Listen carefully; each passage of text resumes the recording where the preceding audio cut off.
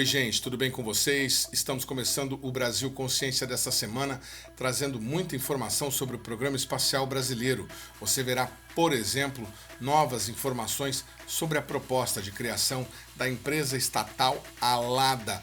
Um artigo publicado na revista da Advocacia Geral da União no final do ano passado descreve o processo de criação da empresa e aponta a perspectiva de investimentos de 50 milhões de reais provenientes do orçamento da aeronáutica nos 5 primeiros anos da companhia.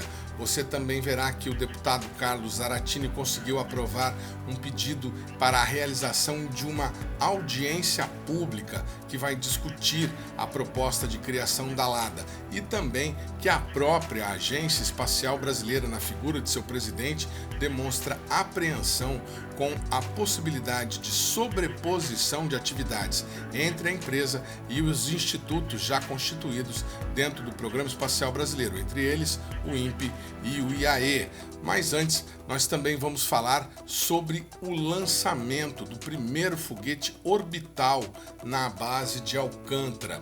O sul-coreano Hanbit TLV está programado para decolar em março do ano que vem, levando carga útil brasileira. Fique com a gente, o programa Brasil Consciência é uma realização do SINDCT, o sindicato que representa os servidores públicos federais do INPE, do DCTA, do CEMADEM e da Agência Espacial Brasileira.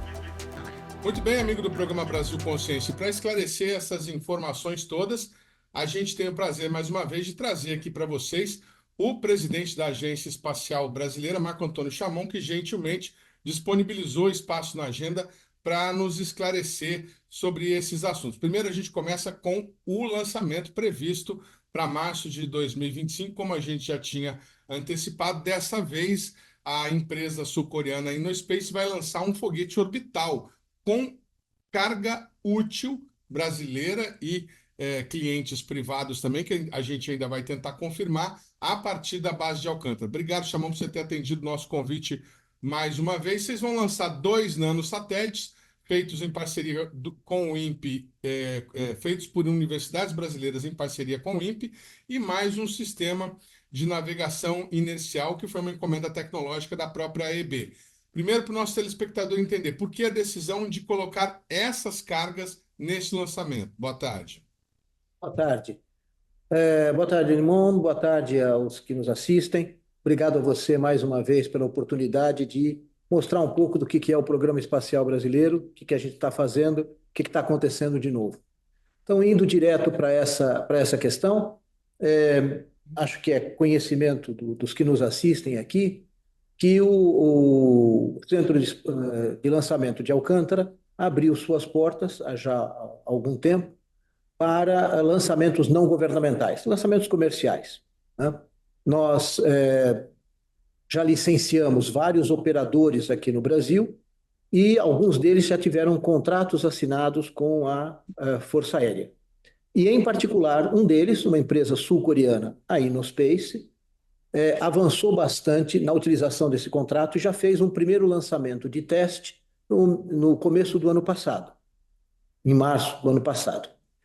E agora ela vai fazer um lançamento orbital, diferente daquele que aconteceu antes. Ela vai fazer um lançamento orbital em março do ano que vem. Pelo menos essa é a data estimada inicialmente.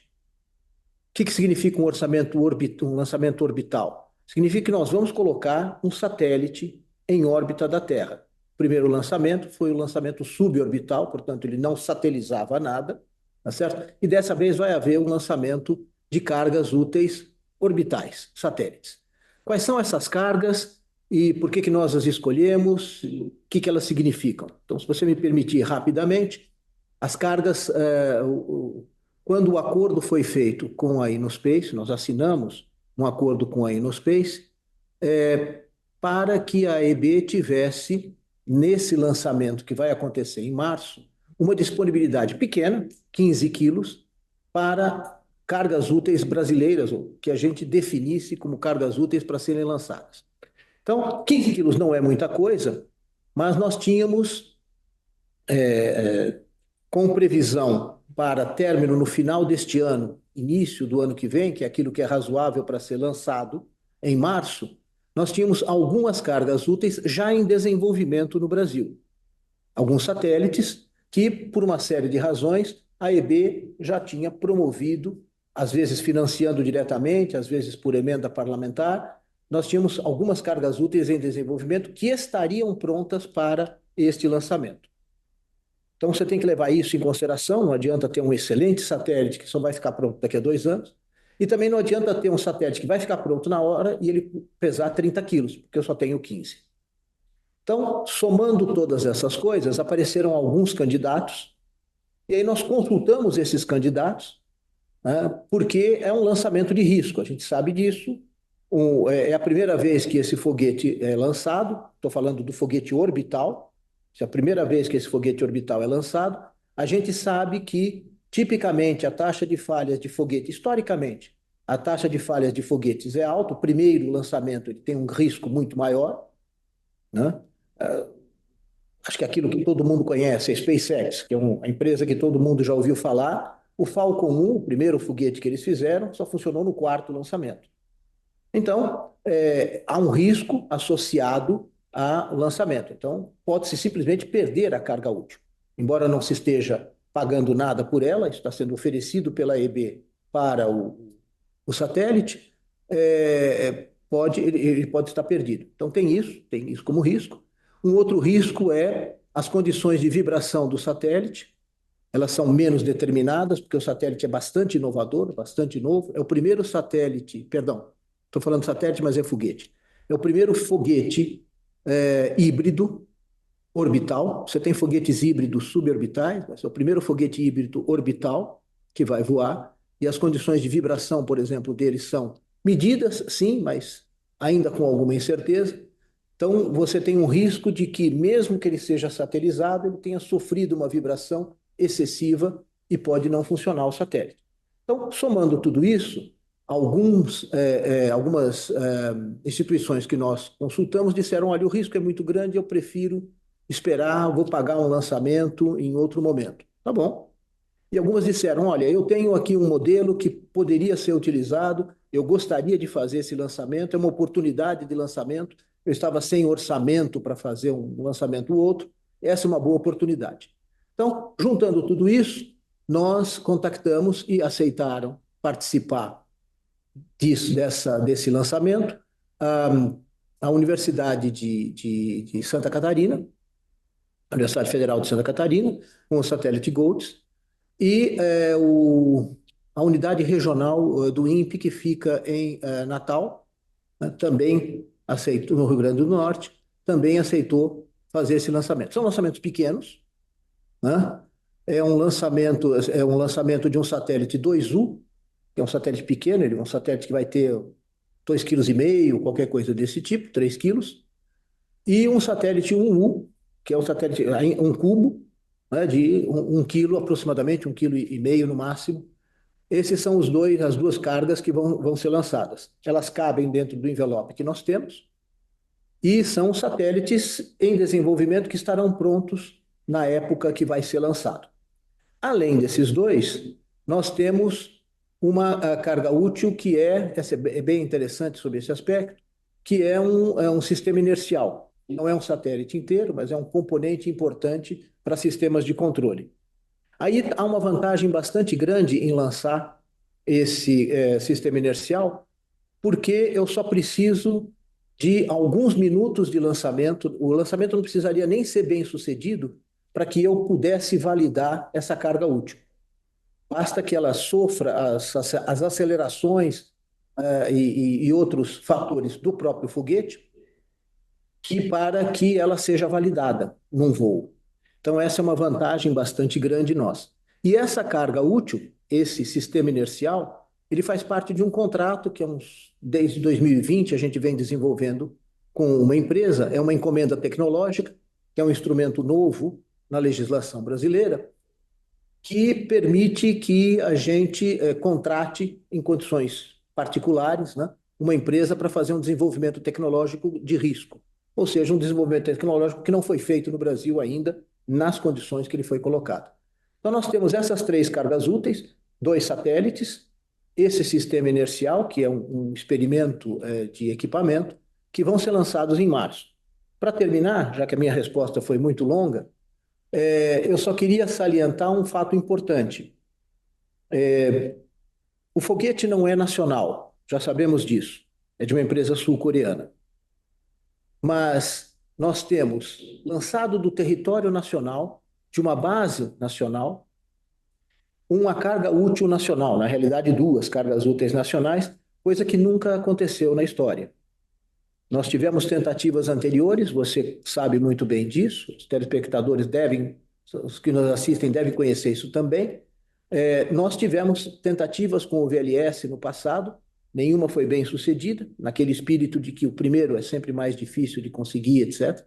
Uma com um acidente bastante grave, a gente lembra disso, mas nós não tivemos bem-sucedido até hoje nenhum lançamento de território nacional. Orbital, perdão, porque suborbital nós já tivemos mais de 3.500 no Brasil. Mas um lançamento orbital, alguma coisa que colocará um satélite em órbita, vai ser, se for bem sucedida, a primeira vez, e eu acho que esse é um ponto importante para destacar. Vamos tentar esmiuçar um pouco. A gente vai falar sobre esses dois satélites. Eles são satélites, são nanosatélites, né?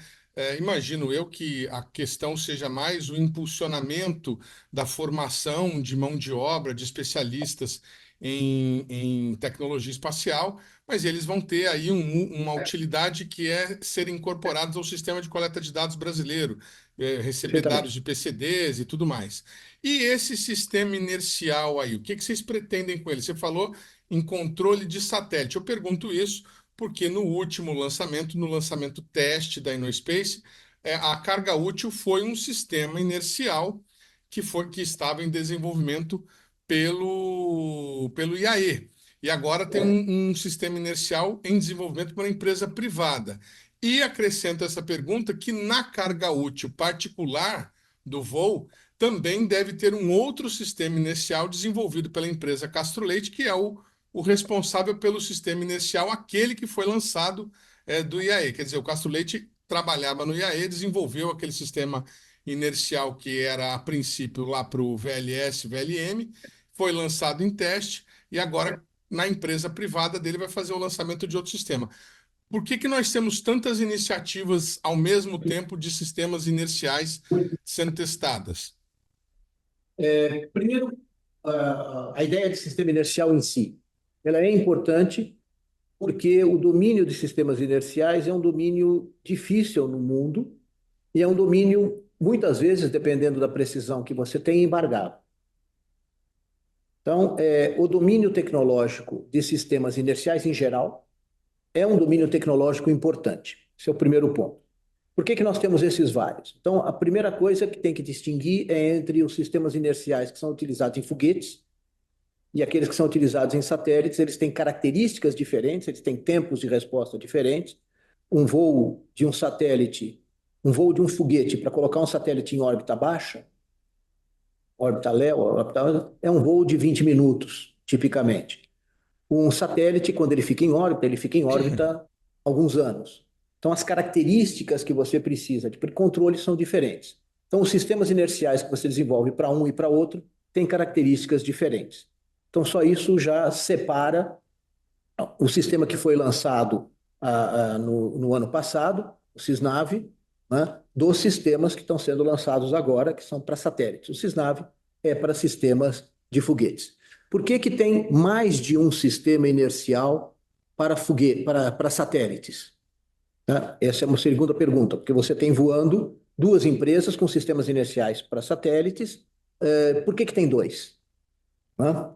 E por que a Agência Espacial Brasileira, quando fez a encomenda tecnológica para sistemas inerciais, contratou dois sistemas inerciais e não um só?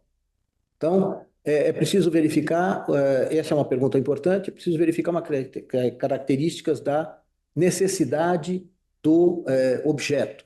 Né?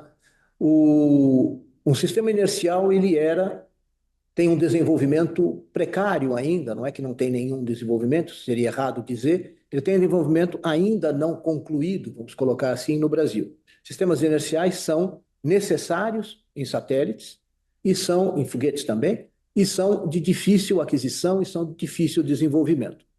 Quando a Agência Espacial fez a encomenda tecnológica, ela tem essa característica, é possível contratar mais de um projeto, desde que o projeto seja considerado qualificado para aquilo. Isso é a critério da agência e da comissão que trabalhou nesse assunto.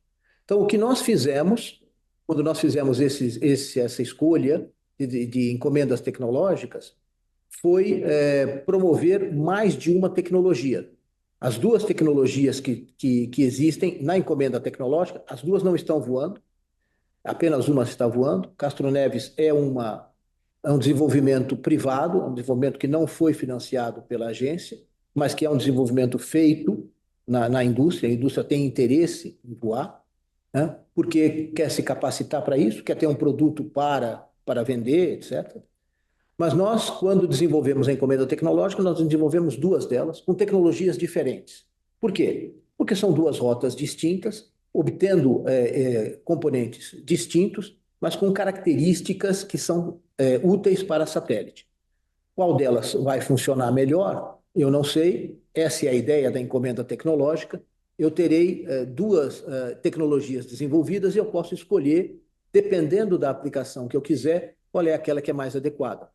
Em alguns casos eu quero a mais precisa, em alguns casos eu quero a mais leve, em alguns casos eu quero aquela que consome menos, em alguns casos eu quero aquela que tem um maior tempo de duração. Então, essa é a razão pela qual você escolhe mais de uma tecnologia. Isso era muito difícil de fazer com a legislação antiga, antiga para mim, que já sou velho nessa área, né?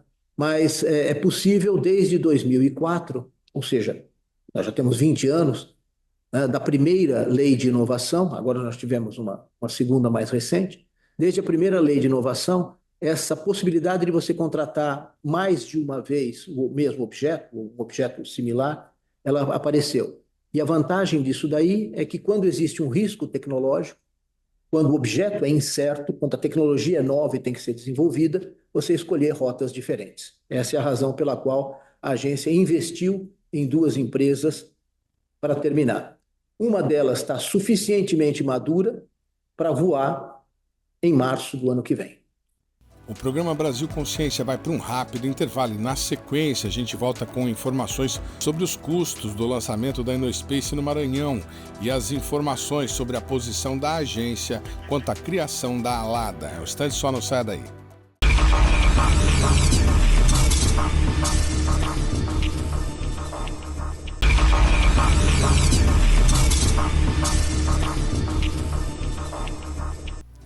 Estamos de volta agora para falar sobre os custos de lançamento de artefatos espaciais a partir da base de Alcântara com o foguete da InnoSpace e também sobre a posição do presidente da agência quanto à criação da empresa estatal Alada.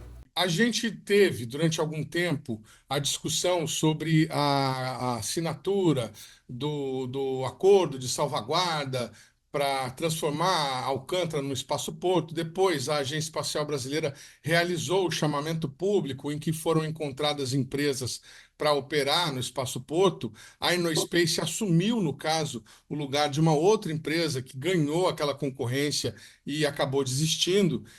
E posteriormente a gente teve o caso da Virgin, né, que faliu e que tinha ganhado uma parte do Espaço Porto e que agora há essa vacância. Mas naquela época, diante daquela negociação, foi vendida a ideia de que o Espaço Porto teria uma rentabilidade para o estado do Maranhão, para o Brasil e tudo mais. Mas o que a gente tem hoje, nesse momento, é que a Agência Espacial Brasileira está contratando a InnoSpace para fazer esse lançamento ao custo de US$ 33.000 por quilo, que vai dar 490 e poucos mil dólares, 2,5 milhões de reais na cotação atual, mais ou menos.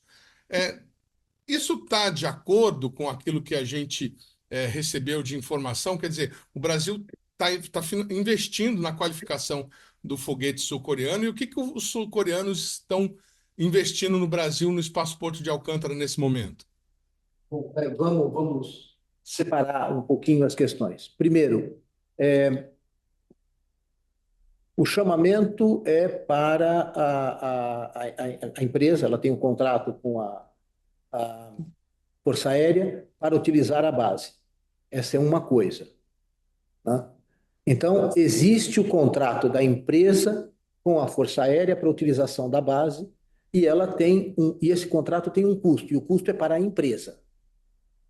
A empresa paga diretamente em dinheiro ou através de melhorias que ela faz na própria base, tá? O próprio desenvolvimento do PED, do ponto de lançamento, é ela que está conduzindo, fora algumas outras melhorias que ela está fazendo. Então, existe dentro desse contrato uma remuneração para a base de Alcântara.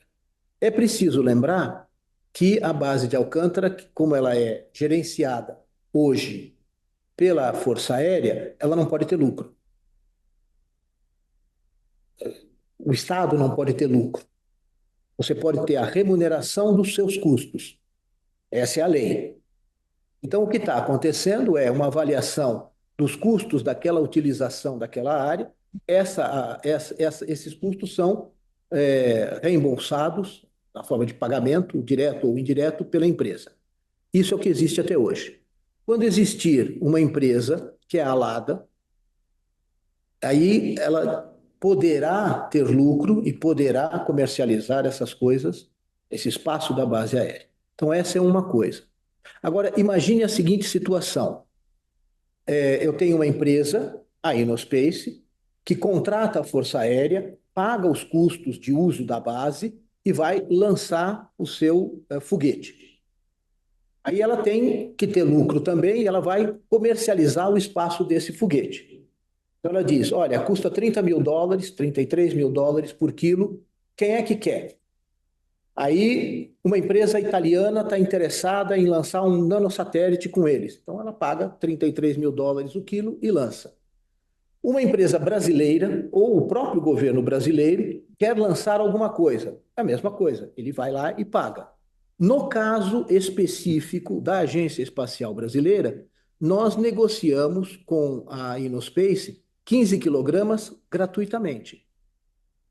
Então, nos foi dado 15 quilogramas para uso nessas cargas úteis que nós comentamos agora há pouco, e o custo é zero. Nós temos que pagar coisas do tipo o próprio satélite, é claro. Nós temos que pagar a caixa onde vai o satélite, que é aquilo que a gente chama de deployer, né? Isso também é nosso, porque isso é parte daquilo que nós colocamos dentro do satélite, perdão, dentro do foguete. Existe uma carga útil de uma universidade brasileira que está interessada em lançar com esse foguete. Então, ela vai pagar, eventualmente com um desconto bastante grande, porque é o primeiro lançamento, a risco, e houve uma negociação com a empresa para que esse satélite fosse lançado com um custo menor. Todas essas coisas estão dentro das negociações que são feitas. Então, nós não estamos pagando para que a empresa use a base. Ao contrário, é a empresa que está pagando para usar a base. Nós não estamos pagando pelo lançamento dos nossos satélites, esses que nós mencionamos. Isso é de graça, porque faz parte do acordo que foi feito. Ou a parte comercial, porque a empresa quer promover a parte comercial, é importante para ela promover, dizer, olha, eu tenho lançamentos comerciais, podem contratar de mim. A parte comercial é negociada com cada uma das instituições que quer lançar, nacionais ou estrangeiras. Mas, como eu disse, a Força Aérea tem os seus custos cobertos, apenas isso por causa da natureza da instituição. Neste ponto, é necessário fazer um parêntese na nossa entrevista. O Brasil Consciência teve acesso ao contrato assinado entre a Innospace e a AEB, no qual é estabelecido o valor a ser pago pela Agência Espacial Brasileira à companhia sul-coreana pelo lançamento dos 15 quilos. Segundo o contrato, o lançamento custaria $33.000 por cada quilo, totalizando quase $500 mil. O presidente da AEB, no entanto, ressalta que há um anexo determinando a supressão de 100% do valor e que o lançamento dos 2 satélites mais o Cisnave não terá custos para o país. As cargas úteis, como ele disse, o custo é zero. O que acontece é o seguinte, A empresa está cobrando US$ 33.000 por quilo de quem quiser fazer contratos comerciais, que existem empresas, inclusive uma universidade, que está interessada em fazer esse contrato. Então, o valor é US$ 33.000 por quilo, e esse valor pode ser descontado, pode haver um deságio em cima desse valor, por causa do risco do primeiro lançamento. Para a empresa, o deságio foi substantivo, né, para a universidade. Para a EB, o deságio foi de 100%. Nós não pagaremos absolutamente nada. Uma última pergunta para liberar o senhor para o seu compromisso. Já gastamos todo o nosso tempo, infelizmente. O senhor mencionou a questão da Alada. O anúncio da criação dessa empresa colocou certo temor aí na comunidade científica com relação a qual será o papel do IAE, do INPE, da própria Agência Espacial Brasileira, depois que a empresa estiver constituída. O senhor citou um exemplo aí, a questão da possibilidade da Alada gerar lucro em cima da operação da base de Alcântara. Mas como é que fica, por exemplo, com relação ao desenvolvimento de um novo satélite, por exemplo? O governo federal contrataria a Alada contrataria o INPE? O decreto, né, a lei que vai criar a ALADA está em discussão agora, indo para o Congresso, tá certo? Nós fizemos vários comentários com relação à lei e discordamos de alguns pontos que estão colocados. Deixa eu dizer isso claramente para você. Então, por exemplo, vou dar um exemplo bem fora, mas que está dentro da lei e que nós contestamos. A ALADA, quando ela for criada, ela não, o corpo próprio dela é muito pequeno. Então, existe na lei uma estipulação dizendo que servidores do Estado podem ser colocados à disposição da ALADA para as atividades dela, pelo menos na sua fase inicial. E nós nos colocamos contrariamente a esse dispositivo, pelo menos na parte de servidores civis, né, dizendo o seguinte: olha, essa é uma porta aberta para que você possa eventualmente esvaziar outras instituições que já têm pouca gente e que poderiam colocar para a Lada, porque não havia nenhuma restrição nessa cláusula de tempo nem de pessoas. Então, teoricamente, a Lada poderia esvaziar a Agência Espacial Brasileira e esvaziar o INPE. Só para dar um exemplo bobo, né? Então, existem cláusulas contra as quais nós nos insurgimos. Outras cláusulas contra as quais nós nos insurgimos, agora talvez mais pertinentes à sua pergunta, é a questão de superposição eventual de responsabilidades. Quem faz o quê? Existe uma lei que cria o INPE, existe uma lei que cria a Agência Espacial Brasileira com as suas atribuições. Então, nós entendemos que a função principal da ALADA, que é aquela que deveria ser o seu núcleo, né, é a gestão não apenas da base de Alcântara, mas das bases governamentais, né? Existe o CLBI também, para as bases governamentais que estão colocadas aqui no Brasil. Então, essa é a função principal da ALADA e é a função a qual ela deveria se restringir. Outras coisas que ela deveria fazer, não restringir, mas deveria ser a função principal. Outras coisas que a ALADA deveria fazer é a manutenção desses centros, né? Então, tem que trocar o radar, tem que fazer manutenção da pista do aeroporto e coisas desse tipo. Isso deveria ser responsabilidade de quem faz a gestão da base.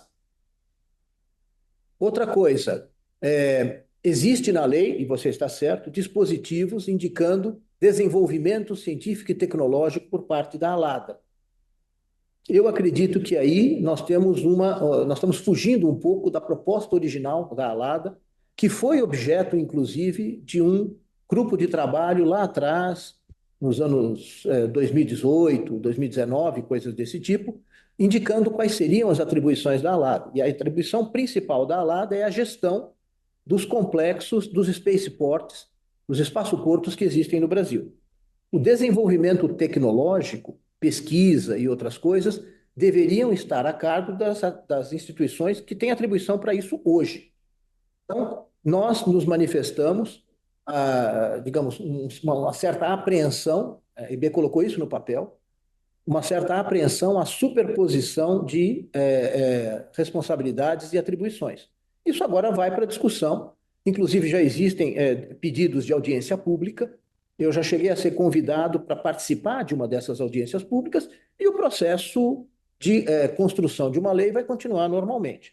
Então, existem apreensões? Sim, existem, como sempre existe em qualquer lei que aparece, e nós vamos discuti-las no plenário da Câmara, como se faz com qualquer outra lei. Existem pontos a serem discutidos? Sim, a lei não é perfeita, pelo menos na visão de muitas pessoas, e elas precisam ser discutidas. Então, essa é a posição hoje da agência. Pode haver superposição? Sim, dependendo da forma como está escrito e da forma como será interpretado. E nós queremos aperfeiçoar isso.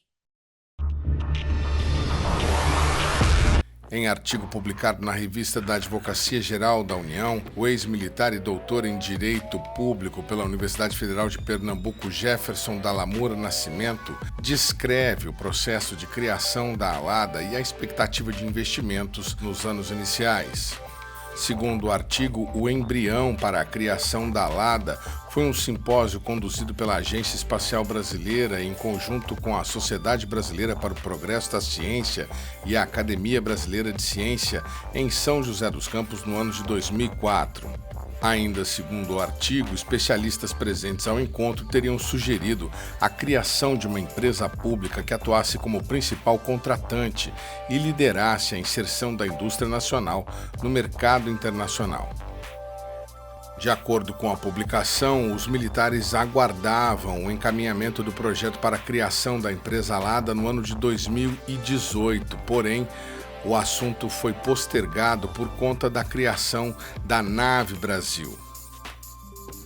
A publicação, que defende a criação da Alada, afirma, entre outros argumentos, que a criação de uma empresa pública não dependente poderia garantir a governança do Estado, além de não sofrer limitação do orçamento fiscal e poder explorar atividade que gera renda e tributos.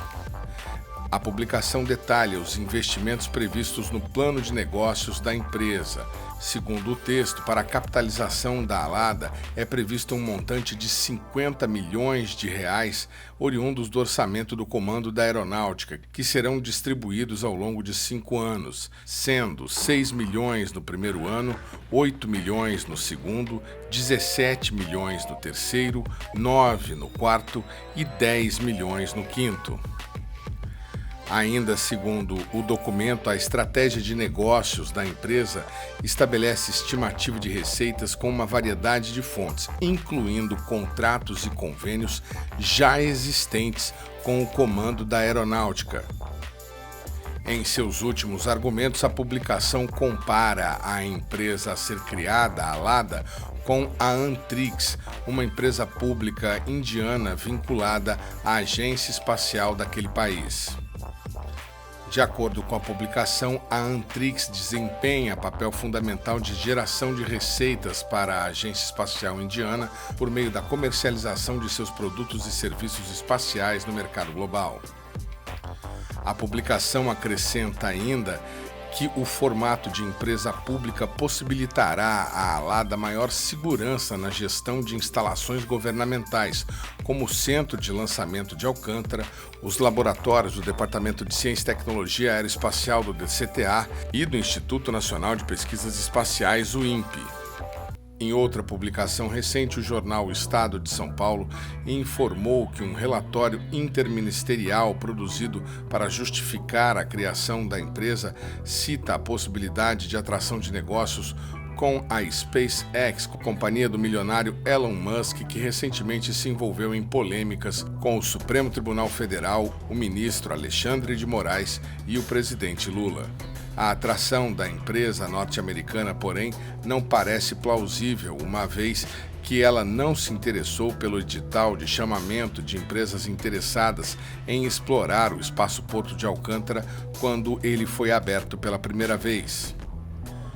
Além disso, diversas publicações norte-americanas citam a posição do governo em não realizar lançamentos fora do território norte-americano depois do incidente de 15 de fevereiro de 96, considerado por alguns como o maior acidente espacial de todos os tempos, quando o lançamento de um foguete chinês encomendado pelos Estados Unidos falhou, matando oficialmente 57 pessoas. Segundo fontes nos Estados Unidos, porém, uma vila inteira teria sido dizimada e o número de vítimas poderia superar as 500 pessoas, o que elevaria o acidente à maior tragédia do programa espacial em todo o mundo. Muito bem, o programa Brasil Consciência vai para um rápido intervalo e na sequência você tem informações sobre o pedido de audiência pública que foi aprovado na Câmara dos Deputados. Um instante só, não sai daí.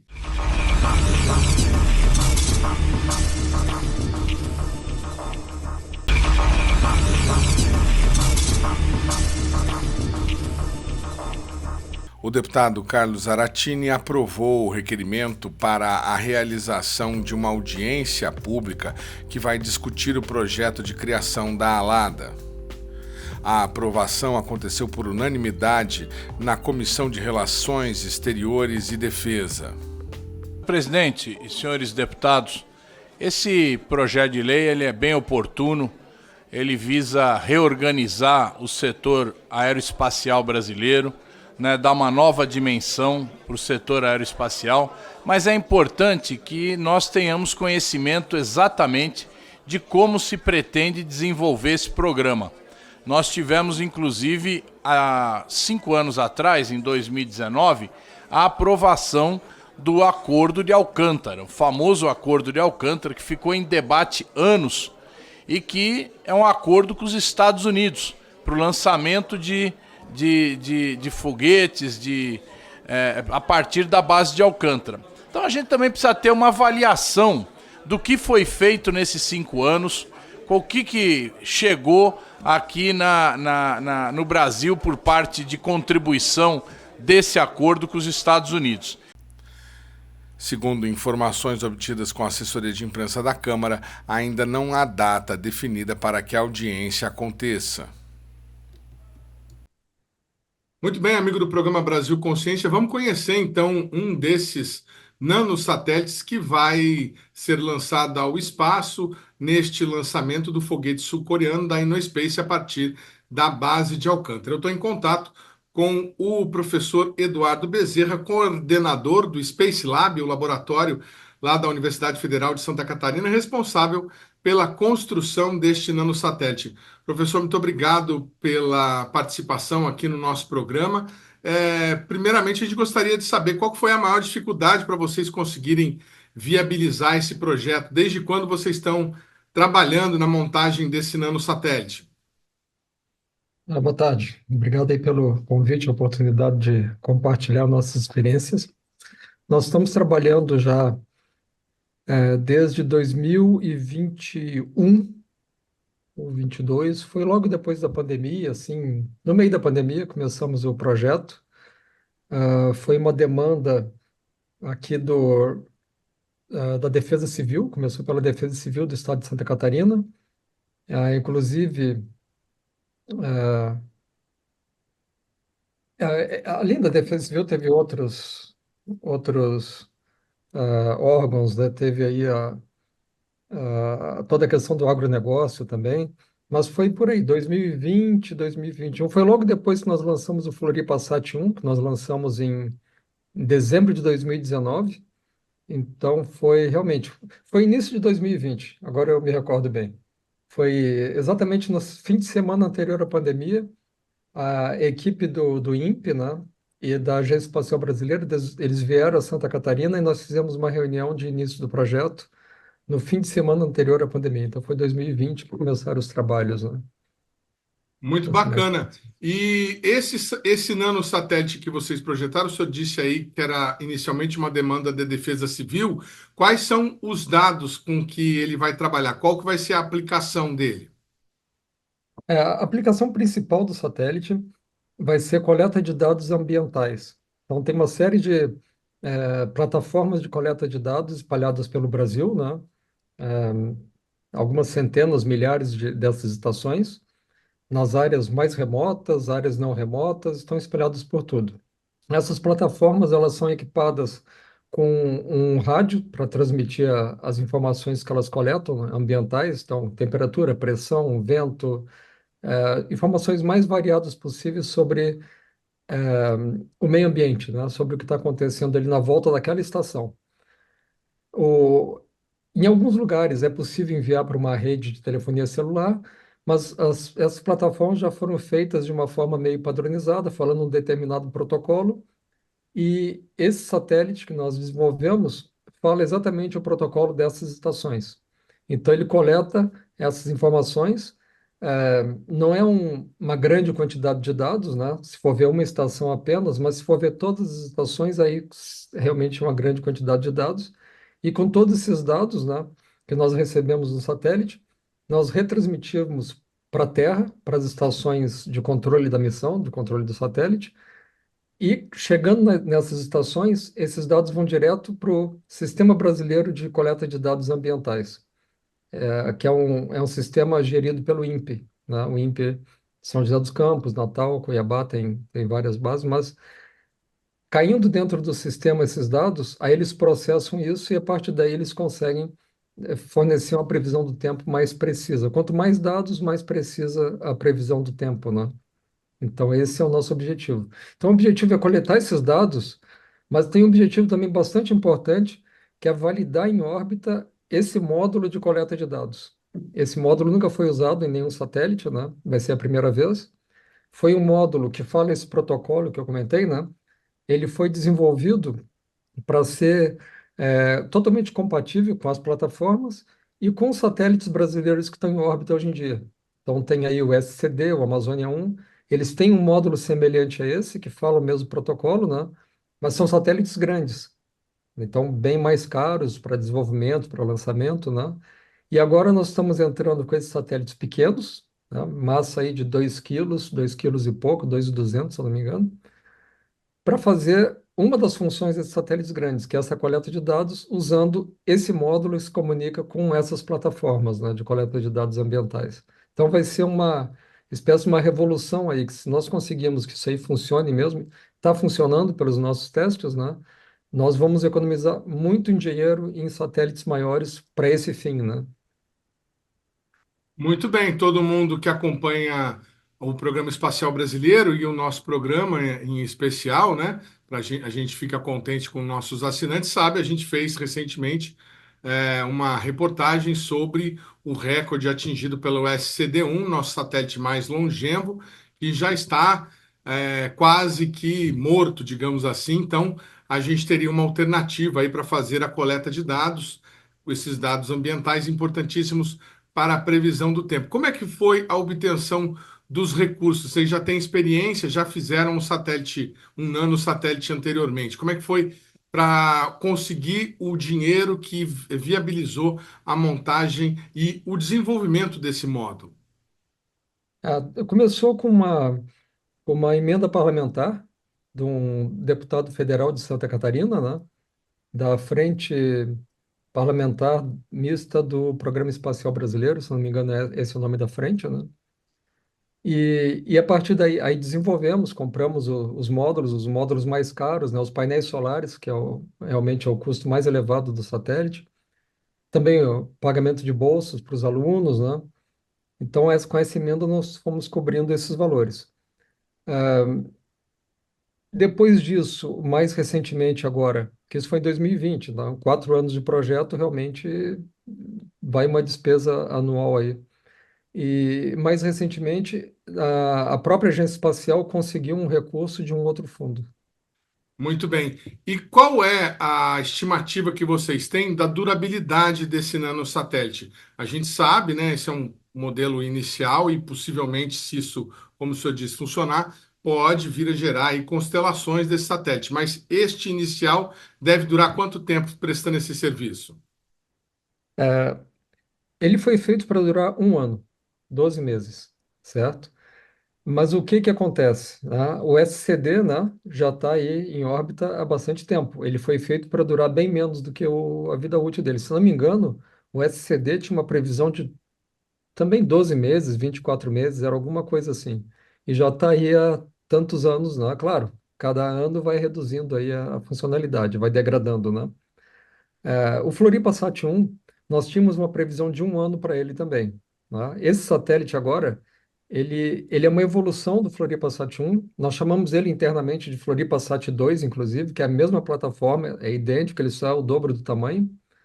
O nome comercial de divulgação é Goldzufsk, né? Mas a plataforma utilizada lá é o Floripa Sat 2. Então, nós temos aí uma série de melhorias do ponto de vista de confiabilidade. Nós botamos agora mais escudos contra radiação. Então, tem uma série de melhorias mesmo para aumentar a confiabilidade do satélite. O Floribasat 1 durou 6 meses, era para ser um ano, 6 meses, já com uma degradado, né? Agora, esse novo, o Goldzufsk, então tem essa previsão de um ano também. Nós acreditamos que vai durar um ano, só que nós não temos controle sobre isso. Por quê? Nós não usamos componentes tolerantes à radiação. Nós sabemos que agora, exatamente agora, nós estamos passando por um pico de explosões solares, né? Então tem muita radiação chegando na Terra. E o satélite vai estar numa órbita onde ele não está protegido pela atmosfera, né? Então, e são componentes que não são tolerantes à radiação. Então, as chances de não durar um ano existem, né? Ele foi feito para durar, nós botamos proteção extra e tudo mais. E se não fosse esse período aí meio conturbado de radiação, é, as chances seriam maiores. Mas nós sabemos que aqui no Atlântico Sul tem essa anomalia também. O satélite passa dentro da anomalia, é bombardeado por radiação, então tem uma série de problemas aí. Mas de qualquer jeito, né? Se ele durar 6 meses, o custo desse satélite é tantas vezes menor do que um satélite de grande porte que viabiliza a constelação, né? Então, é o que os americanos fazem com as constelações deles, né? Vai caindo satélite, eles vão repondo com as constelações de nanosatélites, né? Porque realmente o custo é muito baixo, né, comparado com satélites maiores. E como é que é a formação para quem não conhece? Que alunos são esses que compõem o Space Lab e que ajudaram no desenvolvimento desse projeto? Nós temos alunos de vários cursos, tá? Eu sou um professor do Departamento de Engenharia Elétrica e Eletrônica, então, obviamente, naturalmente, a minha ênfase no projeto sempre é para o lado de software e hardware, tá? Que é a minha especialidade. E telecomunicações também, né? Esse é até, inclusive, um diferencial em relação a outros satélites brasileiros, né? De outras instituições, porque dependendo do departamento onde o satélite é desenvolvido, a ênfase maior é nessa parte, né? Dá um exemplo. É, colegas aqui não vou citar a universidade, de um departamento de engenharia mecânica ou de aeroespacial. Eles não estão muito preocupados ali com a placa e fazer uma placa, fazer o software. Então eles acabam comprando Eletrônica pronto, né? fina. Acabam comprando pronto. O nosso não, nós fazemos tudo. Tem uma questão de soberania nacional também, né? A gente dominar toda a tecnologia. Então, atualmente, tem outros grupos brasileiros usando as nossas placas nos seus satélites, vários grupos, até para evitar importação, né? Mas dito isso, qual é a formação dos alunos? Engenharia eletrônica, temos bastante, engenharia elétrica, engenharia de telecomunicações, engenharia de computação, ciência da computação, engenharia de controle e automação, engenharia mecânica, engenharia aeroespacial. E quais os níveis? Graduação, mestrado, doutorado, pós-doutorado. Então, temos aí, no nosso laboratório, pessoas de todos os níveis e de todos esses cursos, né? E de várias, até eu tenho um aluno, inclusive, da engenharia mecânica, até é interessante comentar. Ele é o nosso especialista ali em toda a parte da estrutura, ele que faz toda a integração, cabeamento, toda a parte mecânica. Recentemente, ele começou a migrar para software. Ele gostou tanto da parte de software, então é um engenheiro mecânico que migrou para software. E software ele aprendeu por conta própria e conversando com os colegas no laboratório, né? Então, realmente é multidisciplinar, né?